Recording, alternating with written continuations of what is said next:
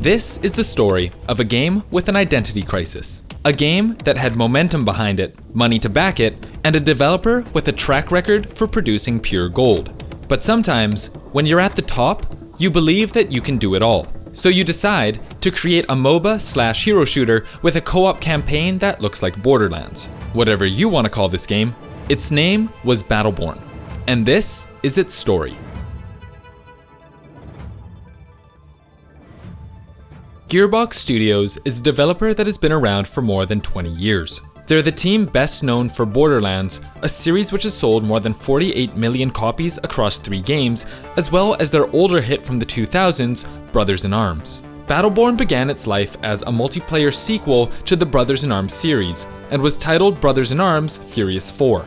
Set to release on Xbox, PlayStation, and PC, Gearbox was aiming to depart from the gritty, realistic World War II shooter that fans had come to love, and were looking to create an outlandish, over-the-top, Inglourious Bastards type story of 4 soldiers hacking their way through Europe to reach Hitler himself. Unfortunately, the decision to move away from the realism of games like Brothers in Arms Hell's Highway was not well received by fans of the series, who were hoping for a multiplayer experience more in line with the previous titles. Halfway through development in 2012, Gearbox CEO Randy Pitchford decided that they couldn't create the game they wanted if they were tied down to the original Brothers in Arms games, and opted to create a new IP altogether. Incorporating elements of MOBA games into an FPS setting, that new IP was Battleborn, a game that aimed to combine fast-paced action with objective and ability-based gameplay. The game was set to feature a co-op campaign mode similar to that of Borderlands, but the main focus was on the multiplayer versus mode, which had minions, objectives, and a leveling system. Everything you'd expect from a typical MOBA, except in the first-person perspective.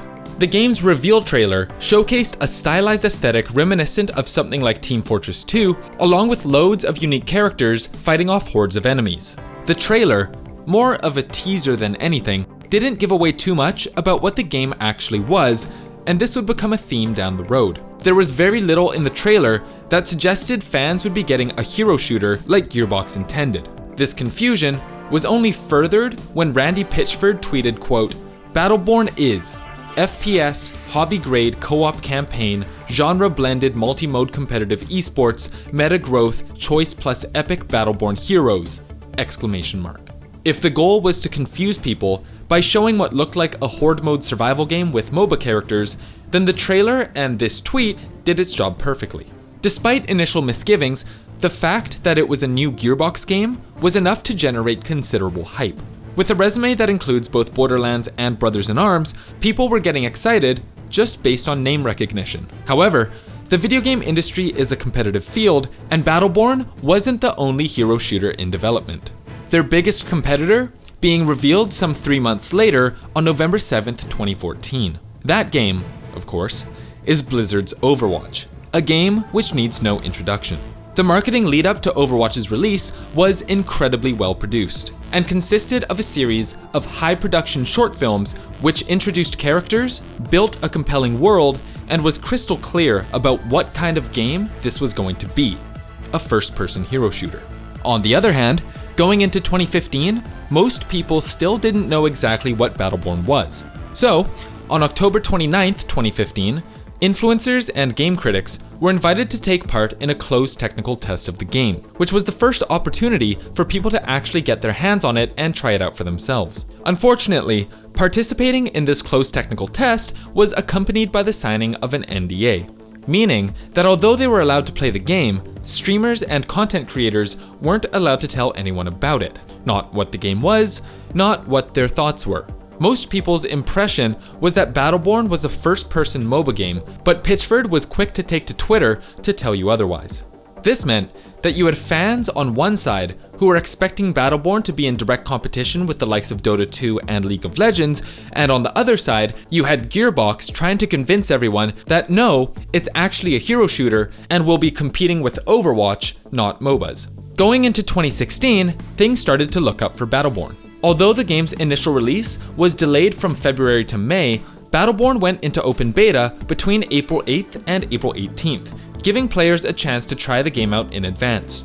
According to IGN, more than 2 million people participated in the open beta, a huge number, and suggested that the game might just make a comeback despite all the setbacks. But then, things went from good to bad to worse, because Battleborn's second release date, May 3rd, just so happened to be the same date that Overwatch would be having a free-to-play weekend. Given the option between dropping $60 on a game that might be good versus dropping $0 to try the new Blizzard title, which do you think most players chose?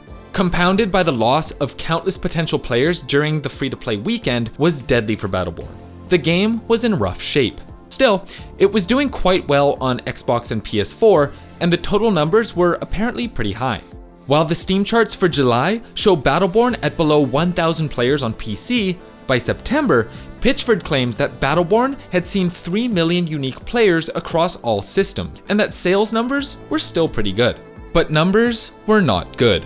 Over the next few months, Battleborn had its price dropped from $60 to $40 to $20, and there were even rumors of the title going free to play to try and boost player numbers. Unfortunately, the ship had pretty much already sailed on gaining any meaningful player base, and any bump in player numbers, whether from a lower price tag or from a controversial marketing attempt from Gearbox's CEO, was only temporary, as numbers continued to decline just as fast as they spiked. By September of 2017, the game was on its last legs, and it was announced that the fall update cycle would be the last update the game would be receiving.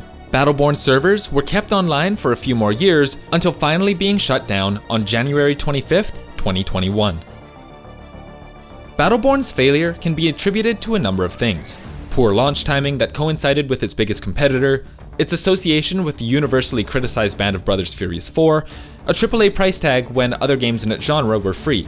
But the biggest issue that Battleborn had was an identity crisis. Across the board, the game just didn't know what it wanted to be.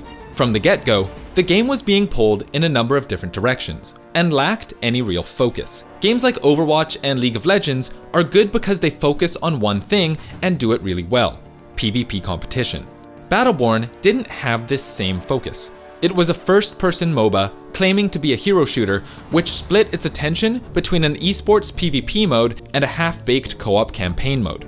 It had a lot of content, but the content was all kind of jumbled together, and very little actually stuck. This isn't to say that the game was bad. It was a unique take on the MOBA genre, following in the footsteps of titles like Smite, but unfortunately, the negatives outweighed the positives, and the game never quite took off. As it stands, Battleborn was a game with unlimited potential, but due to mismarketing, mislabeling, and missing the point altogether, its servers have been shut down, and the game is battle dead. What are your thoughts on Battleborn? Did you get a chance to try it when it released? Are you team MOBA or team hero shooter? Let us know in the comments below. This video is made possible thanks to our wonderful patrons. Massive thank you to everyone on this list, and shout out to Jason, Foxy, Lyra, Mauve, Nate, Nathan, Sierra, Shampoo, Weeboo, and Spartacus for being platinum supporters, as well as an extra special shout out to Mookie, Noodles, Marco, and Steven for being diamond supporters. Thanks for all the support. If you also want to support our channel and unlock perks, check out the Patreon link in the description below or join our Discord server. If you want to help us out in a different way, leaving a like, subscribing, and hitting the bell to stay up to date is also appreciated. My name is Jonah. Thanks for watching.